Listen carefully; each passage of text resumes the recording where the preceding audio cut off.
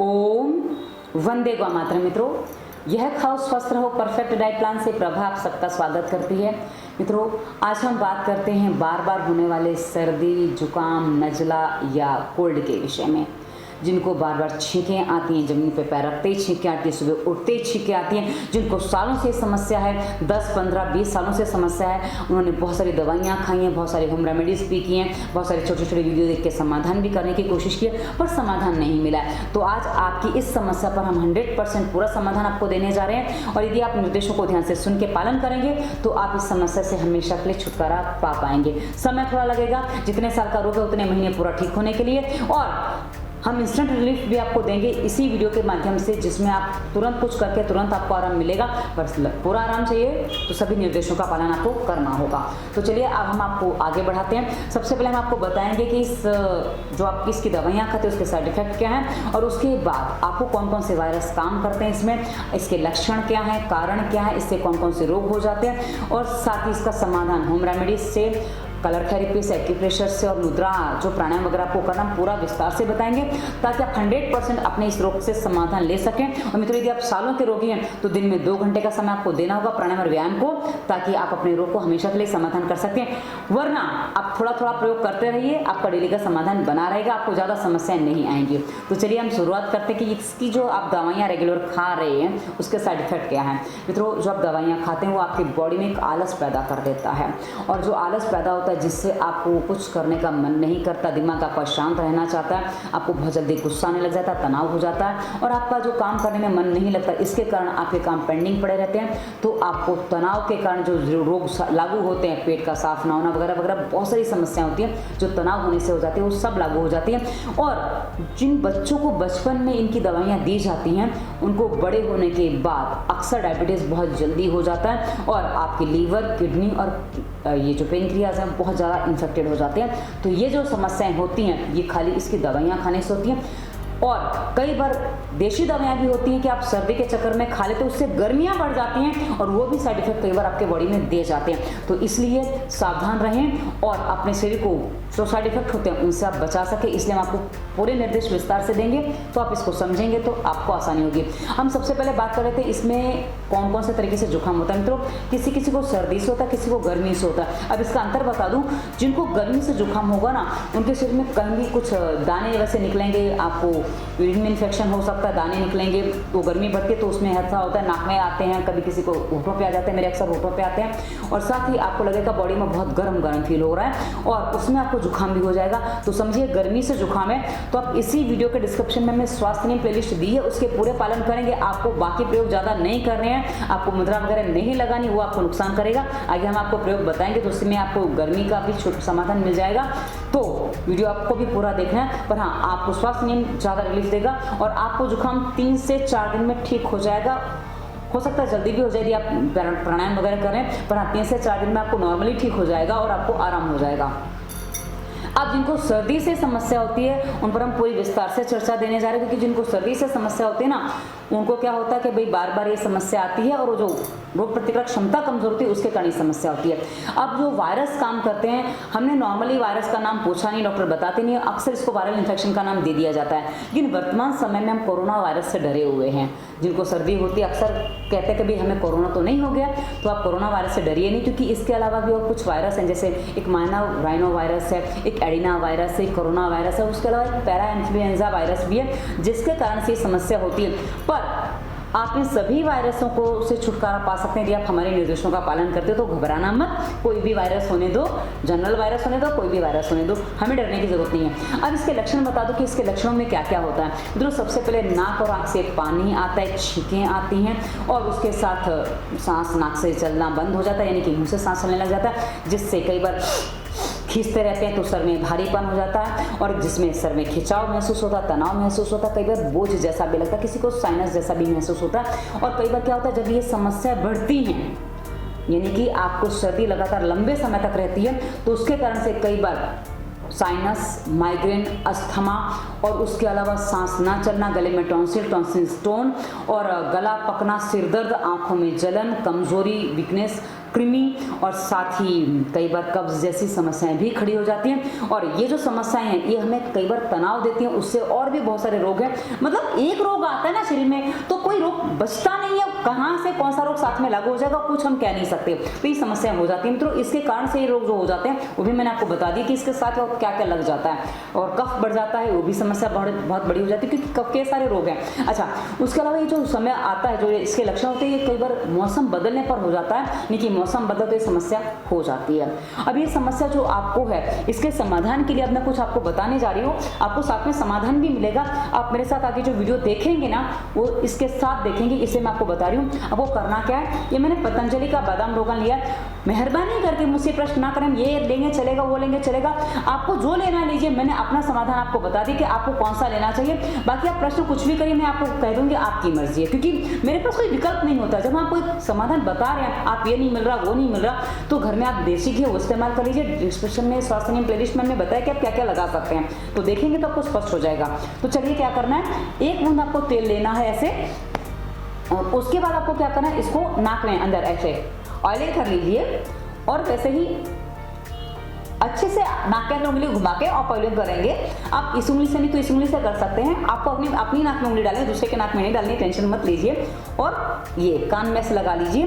कान में लगाना जिसको सर्दी होती है उसके लिए बहुत जरूरी है, क्योंकि कान में से आपकी जो हवा जाती है ना उससे भी आपको सर्दी होती है। तो रात को आप लगा के कान में सो जाइए, आपको काफी आराम रहेगा। तो ये आपको करना है।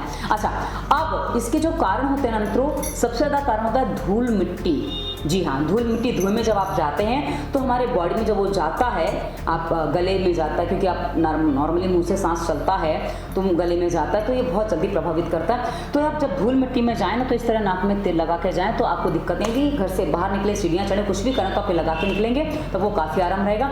उसके अलावा मित्रों, आपको धूम्रपान जो लोग करते हैं, जो खींच के हुक्का पीते हैं, बीड़ी पीते हैं, सिगरेट पीते हैं, ये जो करते हैं, उनके साथ भी जो वो खींचते हैं ना, जो सूटा मारते हैं, उसमें भी कई बार वो समस्या होती है। तो फेफड़ों तक जाता है तो आपके फेफड़े जाम होते हैं, उनको खांसी आती है, छींकें आती हैं, ये समस्या उनके साथ अक्सर बनी रहती है। और कुछ लोग होते हैं जो पंखे का, एसी का बहुत ज़्यादा प्रयोग करते हैं। जब आप एसी में ज़्यादा समय रहते हैं, पंखा तेज चलाते हैं, तो ये आपकी जो प्राकृतिक हवा है ना वो नहीं मिल पाती है, जिससे आपके नाक में एक सूखापन, जलन जैसी स्थिति बन जाती है, जो आपको नाक से सांस लेने नहीं देती है। और कई बार आप यदि नाक में तेल ऐसे लगाएंगे ना, किसी को ऐसा होता है कि नाक में जरा सा कुछ टच हो जाता है, उनको छींके चालू हो जाती है, ऊपर से कुछ टच होकर उनको छींके चालू हो जाती हैं। तो ऐसी स्थिति में आपकी नाक जो कड़क हो जाती है, जो हवा लग गई, आपने देखा होगा हवा से भी चीज़ें सूख जाती हैं, तो आपकी नाक 24 घंटे हवा के संपर्क में रहती है तो सूख जाती है। तो इससे भी आपको समस्या हो सकती है, इसलिए इससे आपको बचना है तो नाक में तेल लगाना है। हमने आपको लगा के दिखा दिया। अब आप थोड़ा आराम हो गया होगा। अब एक काम और कर लीजिए, साथ में आप क्या करना है, ऐसे हाथ मिलाइए,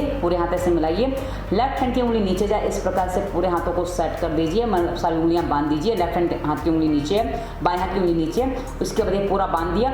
उसके बाद दाएं हाथ का अंगूठा बाहर की तरफ आता है, बाएं हाथ का अंगूठा खड़ा कर दीजिए और आप ऐसे करके ये छाती से आप लगा लीजिए ऐसे, और आप आगे पूरा वीडियो आप ऐसे ही बैठ के देखेंगे। बहुत टाइट नहीं रखना है, ढीला नहीं, ऐसे छोड़ नहीं देना, पर हाँ ऐसे पकड़ के बैठना है। आपने अपना हाथ पकड़ रखा है ऐसा मान लीजिए, आप इसको पकड़ के आप बैठे रहिए, ठीक है, और पूरा आगे का वीडियो आप सुनेंगे। अच्छा, उसके बाद मित्रों, जिनकी रोग प्रतिकारक क्षमता यानी कि इम्यूनिटी सिस्टम कमजोर होता है, उनको ये समस्या अक्सर होती है। अब इम्यूनिटी सिस्टम को मजबूत बनाने के लिए इसी वीडियो के डिस्क्रिप्शन में हम एक बेसिक प्लेलिस्ट देंगे, उसमें एक वीडियो दिया है कि इम्यून सिस्टम कैसे मजबूत बनाए, उसको देखिएगा, आप उसका पालन करेंगे, आपका इम्यून सिस्टम मजबूत बनाने में आपको पूरी सहायता मिलेगी। मैं इसलिए बता रही हूँ ऐसे, ताकि आप करें और समाधान मिले, ना कि आपको खाली सुन के आप फिर बाद में प्रश्न करो कि हम ऐसा करें, क्या करें, वो करें, नहीं, ऐसा नहीं होना चाहिए। अच्छा, उसके बाद मित्रों, कुछ लोगों को होता है कि गर्म पानी से स्नान करते हो फिर पंखे में आके बैठ जाते हो। कुछ लोगों की आदत होती है मित्रों, वो जो चमड़ी को अच्छा लगता है वो करते हैं। तो गर्म पानी चाहिए था, गर्म पानी कर लिया, उसके बाद सर्दी लग रही थी, गर्म पानी से नहा लिया, अब गर्म पानी से स्नान करने के बाद ठंडी लग रही तो पंखे में आके बैठ गए। जब आप ऐसा करेंगे ना, ये आपके बॉडी में सर्द गर्म यानी कि ठंडा गर्म मिक्स करता है, ठंडे गर्म से जो जुकाम होता है वो बहुत भयंकर होता है। और इसको आप कोई भी दवा कर लीजिए, कुछ भी कर लीजिए, हमारे प्रयोग भी आपको समाधान नहीं दे सकते यदि आप ये गलती करते रहेंगे तो। इसलिए आपको क्या करना है, आप डिसाइड करिए सर्दी है तो आप गर्म पानी से स्नान करिए, पर फिर पंखा मत चलाइए। और गर्म पानी इतना ही लीजिए कि आपको गर्मी ना लग जाए या आपको पंखा चलाना पड़ जाए। यदि आपको लग रहा है कि भाई गर्मी है तो ठंडे पानी से स्नान करिए, उसके बाद पंखा ऐसे ही चलाइए, कोई दिक्कत नहीं है। पर हाँ, लिमिट में चलाइए, ज़्यादा चलाएंगे तो आपको वो भी नुकसान करता है। उसके बाद मित्रों, कुछ लोगों को आदत होती है फ्रिज की चिल्ड ठंडी चीज़ें खाने की। उनको ठंडी चीज़ें खाना बहुत अच्छा लगता है। जब ये ठंडी चीज़ें खाते हैं ना, इनसे होता क्या है, ठंडी चीज़ें इनकी बॉडी में जाती हैं, वो अंदर बॉडी में गर्मी है, ठंडी चीज़ें खाएंगे तो सरगर्म इससे भी बनता है, इससे भी समस्या होती है। कुछ लोगों की आदत होती है, जैसे गर्मी की ऋतु है तो एसी में बैठे हैं, बाहर निकले, बाहर गर्मी है तो क्या होगा, गर्मी की ऋतु में एसी में से बाहर निकले, गर्म ठंडा बना, उसमें भी गर्म ठंडा बन जाता है। अब कहीं ठंडक ज़्यादा है तो घर में कमरे में उन्होंने गीज़र लगा रखा है, वो गीज़र क्या बोलते हैं, हीटर लगा रखा है, गीज़र नहीं हीटर लगा रखा है, हीटर में बैठे हैं और बाहर ठंडक है तो ठंडक में मत गए तो इससे भी सरगर्म बन जाता है, तो इससे भी जुकाम हो जाता है। और ये रोग प्रतिकारक क्षमता जिसकी कमज़ोर हो उनको ये सारी समस्याएं बहुत ज़्यादा बनी रहती हैं। और किसी किसी को मित्रों कृमि जो होते हैं ना, कृमि से भी ये समस्या होती है। और कुछ लोग ज़्यादा मीठा खाते हैं, ठंडा खाते हैं, ज़्यादा मीठा कफ कारक होता है, सर्दी के रोगों को बढ़ाता है। लेकिन मीठा जो है ना, उसमें कफ की वृद्धि होती है। मीठा है, नमक है, जो ज़्यादा नमक खाते हैं उनको भी साथ भी समस्या होती है। खट्टा, मीठा, नमक है, तीनों ही कफ कारक है, ठंडी को बढ़ाने वाले होते हैं। तो आप यदि इन चीज़ों का प्रयोग ज़्यादा करते हैं तो ये आपको ऐसी समस्या दे सकते हैं, तो ये आपकी सर्दी को बढ़ा सकते हैं। तो मित्रों, हमने आपको मुख्य कारण जो हमें पता थे वो बता दिए। इसके अलावा आपके पास और कोई भी बहुत सारे कारण हो सकते हैं, पर हमारे सामने जो ज़्यादातर हमने बता दिया। तो आपके पास कोई भी कारण पर आपकी समस्या है तो अब इसका समाधान आप कैसे करें हम आपको बताने जा रहे हैं। पहले आपको होम रेमेडीज आज बता देते हैं, पर होम रेमेडीज बताने से पहले एक बात और बता दूँ, इसी वीडियो के डिस्क्रिप्शन में स्वास्थ्य नियम और व्यायाम की प्लेलिस्ट दी है। उससे पहले हमने दवा मुक्ति प्लेलिस्ट दी है। दवा मुक्ति प्लेलिस्ट में हमने आपके रोगों पर, बहुत सारे रोगों पर वीडियोस दिए जो आपको उन रोगों को ठीक करने में सहायता करेंगे।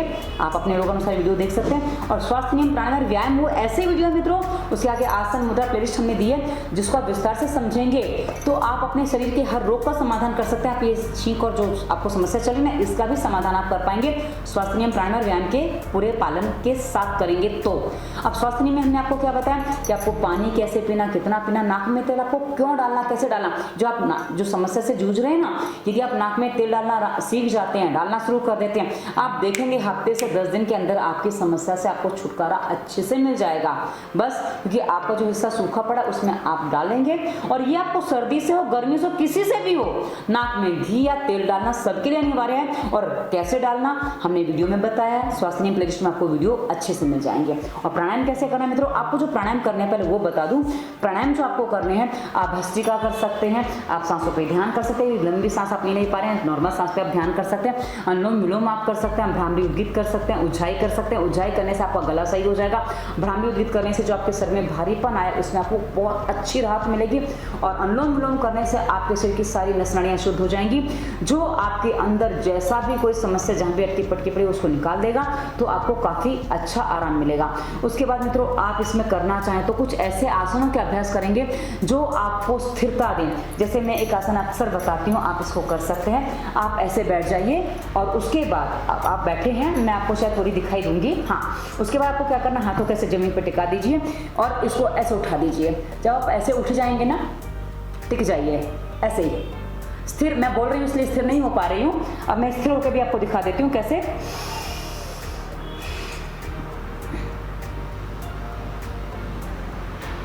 आप इसमें 1 से 2 मिनट बैठेंगे ना, आपकी नाक अपने आप खुल जाएगी।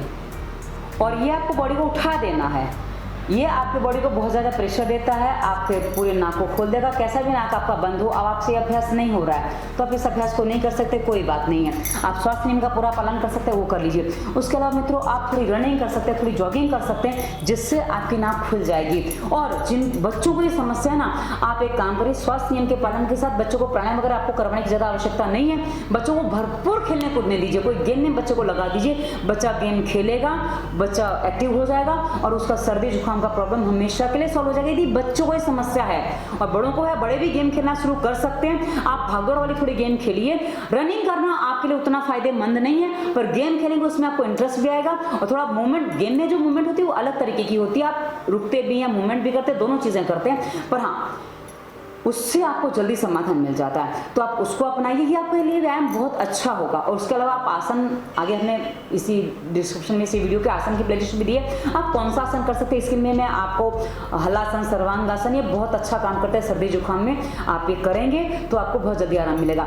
उसके अलावा प्राणायाम भी हमने आपको बता दिया। अब जब आप प्राणायाम करेंगे ना मित्रों, आप 2 मुद्राएं बहुत अच्छे से लगा सकते हैं। जिनको सर्दी से समस्या, गर्मी से समस्या वाली मुद्रा बिल्कुल न लगाएं, आपको गर्मी बढ़ जाएगी। तो आपको क्या करना है, एक मुद्रा मैं बता दूं, इसको सूर्य मुद्रा कहते हैं। सूर्य मुद्रा कैसे लगानी है, आपके दोनों हाथ हैं, रिंग फिंगर आप अंगूठे के मूल में लगाएंगे। देख लीजिए, रिंग फिंगर आप अंगूठे के मूल में लगा लिया, अंगूठे से उस पर हल्का सा प्रेशर देना है और अपने अंगूठे को ऐसे, ये अपने हाथों को ऐसे रख लीजिए, कलाई घुटने पे आती है। और इस मुद्रा को विस्तार से समझना है तो डिस्क्रिप्शन में मुद्रा प्लेलिस्ट में आप वीडियो देखेंगे, क्लियर हो जाएगा। तो हमने आपको मुद्रा बता दी है। और ये मुद्रा यदि आपको लग रहा है कि बैठे हैं, चक्कर आ रहे हैं, तो तुरंत छोड़ दीजिएगा। ये मुद्रा बहुत ज़्यादा गर्मी बढ़ाती है। यदि जो मोटापा है, जिनका सर्दी कफ ज़्यादा होता है, उनको मोटापा कम करने में भी राहत देती है, तो आप ये मुद्रा लगाएंगे। पर चक्कर आए, इमीडिएट मुद्रा छोड़ दीजिएगा, वरना चक्कर आना बढ़ जाएगा, क्योंकि सूर्य मुद्रा गर्मी बहुत ज़्यादा बढ़ाती है। तो इससे आप सावधान रहें। तो और दूसरी मुद्रा है मित्रों लिंग मुद्रा। लिंग मुद्रा हमें ऐसे करनी होती है, जैसे मैंने वो जो आपको बिठाया था ना, जिस मुद्रा में वो लिंग मुद्रा थी, तो वो आप करेंगे। उसमें आशा है आपको काफ़ी आराम मिल गया होगा, क्योंकि करीब 8-10 मिनट हो गए हैं आपको मुद्रा लगा के। तो कैसा लगा वो कमेंट करके बताइएगा, और नहीं लगाइए तो आगे लगा लीजिए, ताकि वीडियो पूरा होने के बाद आप कमेंट कर सकें कि वाकई आपको आराम मिल गया है। और आराम मिलता है, यदि आपको लग रहा है कि आराम नहीं मिल रहा है, तो ध्यान दीजिए मुद्रा ठीक से लगाइए कि नहीं, क्योंकि मुद्रा ठीक से नहीं लगाएंगे तो आपको आराम नहीं मिलेगा।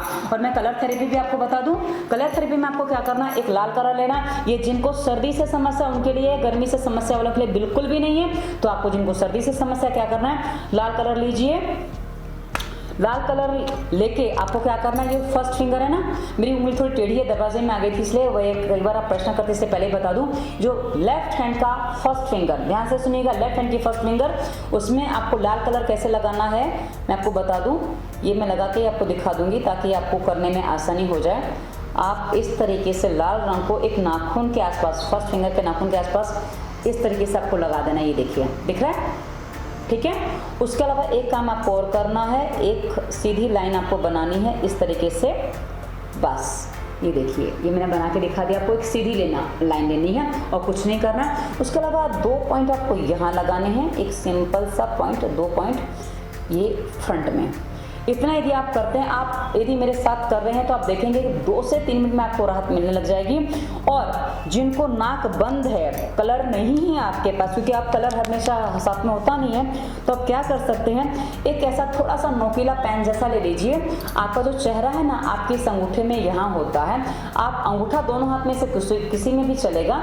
तो यहाँ पे आप देखेंगे, यहाँ पे आप थोड़ा ऐसे ऐसे करके दबाइए, ऐसे पेन की नोक से आप ऐसे ऐसे करके दबाएंगे ना, तो यहाँ आपको दर्द होगा, जहाँ दर्द हो रहा है वहाँ आप दबा दीजिए, ये आपको काफ़ी अच्छा आराम देगा। और पेन से ऐसे पेन ले लीजिए कोई भी, या फिर थोड़ा सा नोकीली चीज़ रहेगी, जैसे ये पेंसिल मैंने पीछे से थोड़ी सी नोकीली कर रखी है।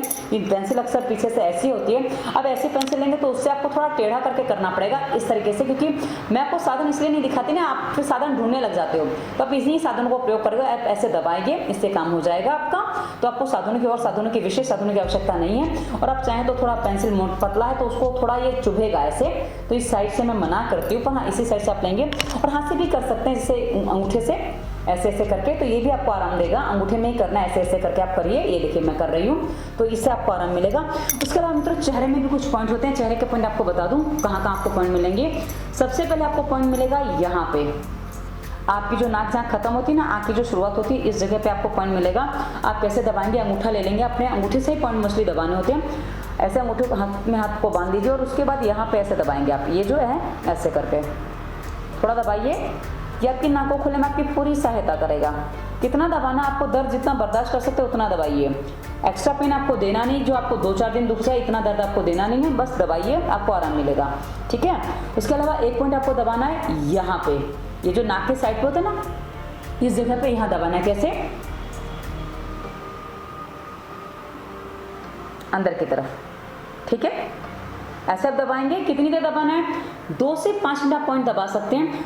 शुरुआत करेंगे 10-10 सेकंड से भी शुरुआत कर सकते हैं, कि आप चाहें तो इस उंगली से भी दबा लीजिए, पर अंगूठे के पॉइंट ज़्यादा काम करते हैं, इसलिए मैं अंगूठे से आपको बता रही हूँ। आपको क्या करना है, ऐसे करके ये रिलीज करिए, रिलीज करिए, थोड़ी देर दबा के रखिए 5-10 सेकंड, फिर रिलीज कर दीजिए। 2-5 सेकंड के लिए रिलीज करिए, वापस दबाइए। इस तरह आप दबाएंगे, ये आपके नाक को खोलने में काफ़ी अच्छी सहायता करेगा। उसके अलावा मित्रों एक बीचों बीच पॉइंट होता है नाक में, ऐसे यहाँ पे ये दबाइए, ये आपको काफ़ी जल्दी आराम देगा।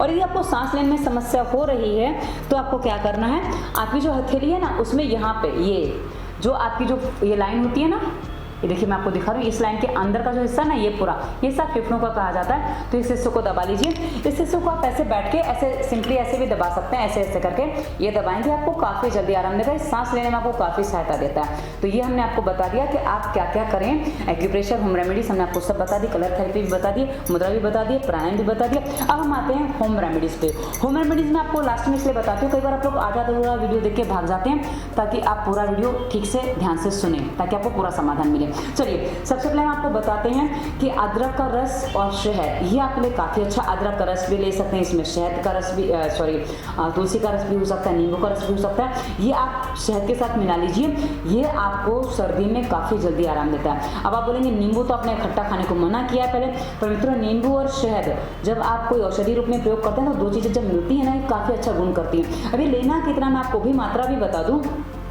अदरक हो और नींबू हो, ये कितना आपको लेना होता है, ये अलग अलग ये 3 डोज बन, 3 चीज़ें बन जाती है। अदरक शहद, नींबू शहद और तुलसी शहद, ये अलग अलग लेना है, ये मिला के सब नहीं लेना है। आपको क्या करना है, जितने साल की आपकी उम्र है, बच्चा है तो और बड़ा है तो आधी चम्मच कोई भी रस ले लीजिए और उसमें 1 चम्मच आप शहद मिला लीजिए। छोटा बच्चा तो जितने उम्र उसकी है उतनी बूंद उसमें आप वो रस को ले लीजिए और उसमें आप आधा चम्मच शहद मिला दीजिए।